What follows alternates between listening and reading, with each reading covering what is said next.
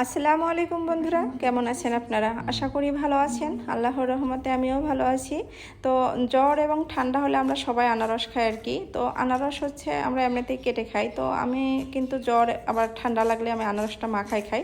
তো কীভাবে মাখাই খাই সেইটাই আর কি আপনাদেরকে শেয়ার করব। এর জন্য আমি অর্ধেক আনারস থাকি কিছু অর্ধেকের অর্ধেক কেটে নেব আর কি। কেটে প্রথমে হচ্ছে খোসাটা ছিলে নেব, তারপরে ছোটো ছোটো করে টুকরো করে নেব।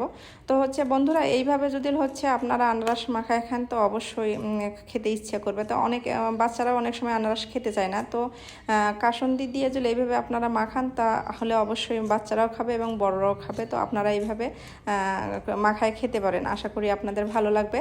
তো এর জন্য আমি আনারসটা প্রথমে ছিলে নিয়ে তারপরে ছোটো ছোটো করে টুকরো করে নিলাম। তো বন্ধুরা এখানে আমি হচ্ছে একা যেহেতু খাবো, আমি একজনের জন্য করলাম। তো আপনারা যখন অনেক বেশি লোকের জন্য করবেন অবশ্যই বেশি করে কেটে নেবেন। তো প্রথমে আমি আনারসটা কেটে এর মধ্যে কাসুন্দি দিয়ে নেব এবং একটু লবণ দিয়ে নেব।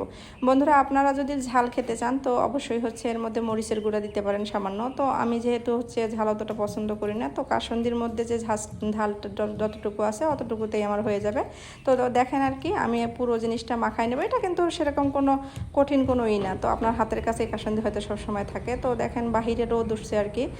তো হচ্ছে এখন আমি এখানে বসে হলো এইটা খাবো, আনারসটা আর কি খাবো। তো এইভাবে যদি আপনারা কেটে কাসুন্দি দিয়ে মাখায় আর কি আনারস খান তো অবশ্যই আপনাদের ভালো লাগবে। তো ভিডিওটি ভালো লাগলে লাইক, কমেন্ট এবং শেয়ার করবেন। তো আমাদের জন্য দোয়া করবেন এবং আমাদের পাশে থাকবেন এবং আপনারা সবাই সাবধানে থাকবেন। তো জ্বর হলে অবশ্যই এইভাবে মাখিয়ে খাবেন আর কি আনারস। তো আজ এই পর্যন্ত, আল্লাহ হাফেজ।